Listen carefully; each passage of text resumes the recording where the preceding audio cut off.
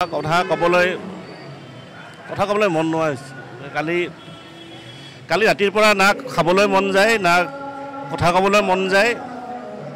জুবিন দাই কৈছিল মন যায় বুলি চব বস্তু, আজিকালি মন নাযায়। তেওঁ যোৱাৰ পিছত একো বস্তু মন নোযোৱা হৈছে ৰাইজৰ। খাবলৈ মন নাযায়, শুবলৈ মন নাযায়, কথা ক'বলৈ মন নাযায়। এই যে গানটো বাজি আছে, গানটো প্ৰতিটো শব্দ যাতে কাণত ক্ৰিয়া কৰি থাকে। আমি কেনেকৈ মানি লওঁ দাদা নাই বুলি, কেনেকৈ মানি লওঁ? ইট ইজ আমি গোটেই ৰাতিটো ভাবিছোঁ কিজানি কিবা এখন নতুন চিনেমাৰ ট্ৰেইলাৰ দিয়া নিচিনা লাগিছে নেকি। জুবিন দা আহি আকৌ ক'ব এখন মোৰ নতুন চিনেমাৰ প্ৰম' চলি আছে, গতিকে এনেকুৱা ক'ব যেন আমি ভাৱ হৈ আছে, এতিয়াও ভাৱ হৈ আছে। যেতিয়ালৈকে তেখেতৰ নষ্ট দেহটো আহি নাপায়, যেতিয়ালৈকে চকুকৈ দেখা নাপাওঁ নষ্ট দেহটো, তেতিয়ালৈকে বিশ্বাস নহয় যে জুবিন দা আমাৰ মাজত নাই। কিন্তু সেইটোৱে সত্য, মানি ল'ব লাগিব। মানি লওঁতে খুব কঠোৰ হ'ব, বহুত টাইম লাগিব। জুবিন দাক মৃত বুলি ভাবিবলৈ, মানি ল'বলৈ, মগজুত মৃত বুলি পিকচাৰখন আহিবৰ কাৰণে বহুত টাইম লাগিব।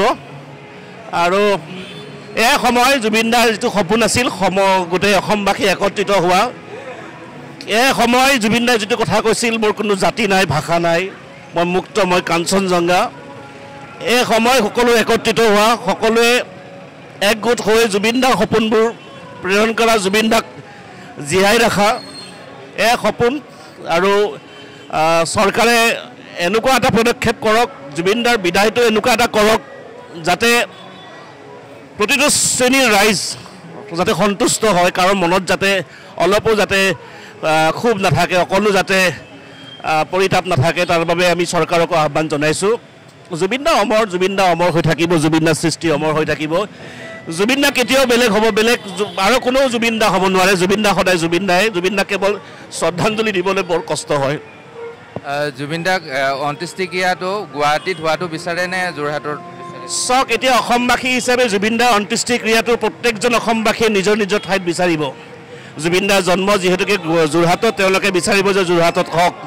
কিন্তু গুৱাহাটী যিহেতুকে হৃদপিণ্ড, অসমৰ হৃদপিণ্ড, জুবিন দাই গোটেইখিনি কাম ইয়াতে কৰিছিলে। জুবিন দাই দিনে নিশাই গুৱাহাটীত সৃষ্টি কৰিছিল, গুৱাহাটীত হৈছিলে। আমি গুৱাহাটীবাসী হিচাপে নিশ্চয় বিচাৰিম যে জুবিন দাৰ অন্তিম ক্ৰিয়া বা যোনটো সমাধি ক্ষেত্ৰ গুৱাহাটীত হওক, যোৰহাটতো হওক এটা সমাধি ক্ষেত্ৰ, কোনো আপত্তি নাই। জুবিন দাৰ সমাধি ক্ষেত্ৰ গোটেই অসমত হ'ব লাগে, এটা সমাধি ক্ষেত্ৰ প্ৰত্যেকখন জিলাত বনাব লাগে। আৰু আটাইতকৈ ডাঙৰ সমাধি ক্ষেত্ৰটো গুৱাহাটীত বনাব লাগে। চৰকাৰে পাৰেতো, কিয় নোৱাৰে? চৰকাৰে ইচ্ছা কৰিলে চব পাৰে। জুবিন দাৰ সমাধি ক্ষেত্ৰ অকল যোৰহাট নহয়, জুবিন দাৰ সমাধি ক্ষেত্ৰ গোটেই অসমত হ'ব লাগে। প্ৰত্যেকখন জিলাত জুবিন দাৰ এটা সমাধি ক্ষেত্ৰ হ'ব লাগে। আমাৰ গুৱাহাটীতো হ'ব লাগে।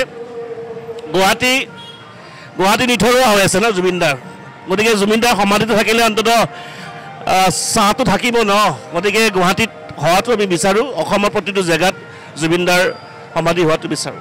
আৰু ৰাতিপুৱাৰ ভাগত মুখ্যমন্ত্ৰীয়ে ঘোষণা কৰিছে কেইগৰাকীমান ব্যক্তিৰ নাম তদন্ত হ'ব লাগে বুলি পেলাই, সেই বিষয়ে আপুনি কি ক'ব?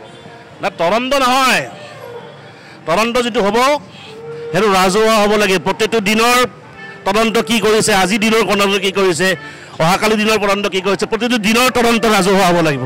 শ্যামকানু মহন্ত এণ্ড কোম্পানী, তাৰপিছতে সেইদিনাখন, সেই অভিশপ্ত দিনাখন কোন কোন আছিল, তেওঁৰ মেনেজাৰ কিনো নামটো সিদ্ধাৰ্থ, তেওঁ অনা অসমীয়া ব্যক্তি, আমি জানো তেওঁ অনা অসমীয়া ব্যক্তি।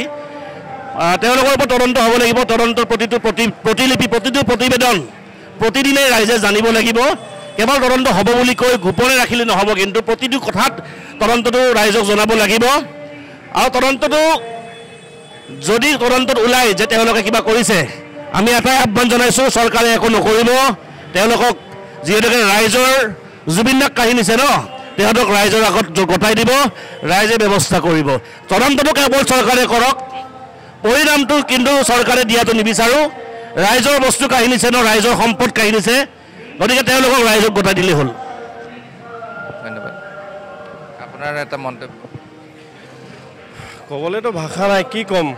কিন্তু এতিয়া প্ৰথম কথা হ'ল জুবিন গাৰ্গৰ মৃত্যু কাৰণ এটাই, শ্যামকানু মহন্ত 100% হয়। গতিকে শ্যামকানু মহন্তক অসমলৈ আহিব দিব নালাগে। যদি আহে, অসমলৈ আহিলে শ্যামকানু মহন্তক খানাপাৰা ফিল্ডত ফাঁচি কাঠত ওলমাব লাগিব। কাৰণ সি অসমীয়া যি মেৰুদণ্ড, জুবিন গাৰ্গক তেওঁ মৃত্যু কৰি মাৰিলে আজি। গতিকে শ্যামকানু মহন্তক আমি মাৰিবই লাগিব তেওঁ ইয়াত থাকিলে নহ'ব আমি কেতিয়াও থাকিব নিদিওঁ এইটো চিধা কথা আৰু তেওঁ যদি আজি নৰ্থ ইষ্ট ফেষ্টিভেলৰ নামত যদি ব্যৱসায় নকৰিলেহেঁতেন আজি জুবিন গাৰ্গ আমাৰ মাজত জীয়াই থাকিলেহেঁতেন গতিকে আমি কেতিয়াও এইটো সহ্য কৰিব নোৱাৰোঁ অসমবাসীয়ে কেতিয়াও মানি ল'ব নোৱাৰে আৰু নলয় কেতিয়াও গতিকে শ্যামকান্ত মহন্তৰ ঘৰ লাগিলে JCB দি খান্দি নি ব্ৰহ্মপুত্ৰত উটুৱাই দিম লাগিলে তাৰ ঘৰটো গতিকে শ্যামকান্ত মহন্তক কোনো ইয়াত থকা আমি নিদিওঁ কেতিয়াও নিদিওঁৱে গতিকে এই যি তদন্ত যি মুখ্যমন্ত্ৰীয়ে ঘোষণা কৰিছে আমাৰ বহুতে কৈছে ঘোষণাটো একদম নিৰপেক্ষ তদন্ত হ'ব লাগিব তাত কোনো কুটি ৰাখিব নালাগে অসমৰ ৰাইজৰ আগত অৱগত কৰিব লাগে কেনেকৈ মৃত্যুৰ কাৰণ কি আছিলে আৰু এই কালপিত যিজন শ্যামকান্ত মহন্ত তেওঁৰ অতি সোনকালে তেওঁৰ ওপৰত ব্যৱস্থা গ্ৰহণ কৰি তেওঁক জেলত দিব লাগে যদি নোৱাৰে আইনীভাৱে ব্যৱস্থা কৰিবলৈ অসমৰ ৰাইজৰ হাতত গতাই দিব লাগে তেতিয়া অসমৰ ৰাইজে কি কৰিব লাগে ভালকৈ জানে গতিকে শ্যামকান্ত মহন্তক অতি সোনকালে আমাৰ মাজত দিবৰ বাবে আমি মুখ্যমন্ত্ৰী হিমন্ত বিশ্ব শৰ্মাক দাবী জনাইছোঁ সোনকালে ছিংগাপুৰৰ পৰা ইয়ালৈ লৈ আনক তাত কি হয় এইটো বেলেগ কথা ইয়ালৈ লৈ আনক আনি আমাৰ অসমীয়া ৰাইজৰ হাতত গতাই দিয়ক আজি যদি শ্যামকান্ত মহন্তই এইবিলাক নিজৰ এটা উৎসৱ পাতে খানাপাৰ ৰঙালী উৎসৱ নে কিবা এইটো বিহু আমাৰ অসমীয়া জাতিৰ বিহু যেতিয়া বিহুৰ দিনা বা বিহু পাতিব লাগে তেওঁ 2-4 দিন আগত বিহু পাতিব আৰু মদ খাই এটা ভিডিঅ' আপোনালোকে ছ'চিয়েল মিডিয়া এতিয়া দেখা পাইছে মদ খাই তেওঁ কথাই ক'ব নোৱাৰে জুবিন বোলে তাৰ বেকবন ফাল্টু সি তাৰ মুখত তাৰ কাৰণে ভাল কথা মুখত নাহে গতিকে সি এইবিলাক ইউজ কৰি পিছত তাৰতো এতিয়া বহুত কথা ওলাইছে আৰু ওলাব ছ'চিয়েল মিডিয়াত ওলাব তেওঁ কুকীৰ্তি কি চলিছিলে তেওঁ কি 2 নম্বৰ কাম কৰিছিলে তেওঁ যি সম্পত্তি আয় এই সম্পত্তি আয়বিলাক তদন্ত কৰিব লাগে ক'ৰ পৰা কিমান টকা মাৰিছিলে অসম চৰকাৰ টুৰিজিম ছেক্টৰৰ পৰা কিমান টকা উলিয়াই নি তেওঁ পকেটত ভৰাইছিল সেইবিলাক তদন্ত হ'ব লাগে অতি সোনকালে তদন্ত কৰি শ্যামকান্ত মহন্তক জেলত দিয়া নহ'লে অসমৰ ৰাইজৰ হাতত গতাই দিব লাগে চিধা কথা